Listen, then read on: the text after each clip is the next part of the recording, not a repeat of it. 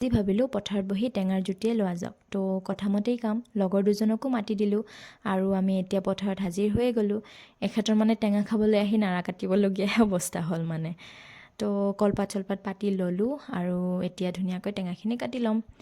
যিহেতু পথাৰখন আমাৰ বাৰীৰ পাছফালে হয়, তো আমাৰ ঘৰৰে ধান মেলি দিছিলে, লগতে ধানো চোৱা হ'ল আৰু টেঙাও খোৱা হ'ল। দুইটা কাম মানে একেলগে হৈ গ'ল। আৰু টেঙাখিনি কি ৰংচঙীয়া ন, মোৰতো দেখি এতিয়াও খাব মন গৈছে, পূৰা জিভৰ পানী পৰি আছে। আপোনালোকৰ দেখি খাবলৈ মন গৈছে নেকি বাৰু? যদি খাবলৈ মন গৈছে আমাৰ ঘৰত আহিলেই হ'ল, নে কি কয়? আৰু আমাৰ পাছফালে আছে স্কুলখন। আৰু এতিয়া ভালদৰে টেঙাখিনি সানি ল'ম। আৰু আপোনালোকে চাই থাকক।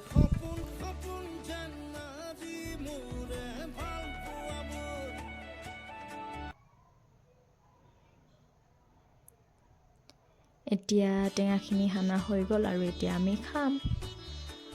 ৰ'দত বহি টেঙা খোৱাৰ মজাই বেলেগ, কি ক'ম ৰাইজ।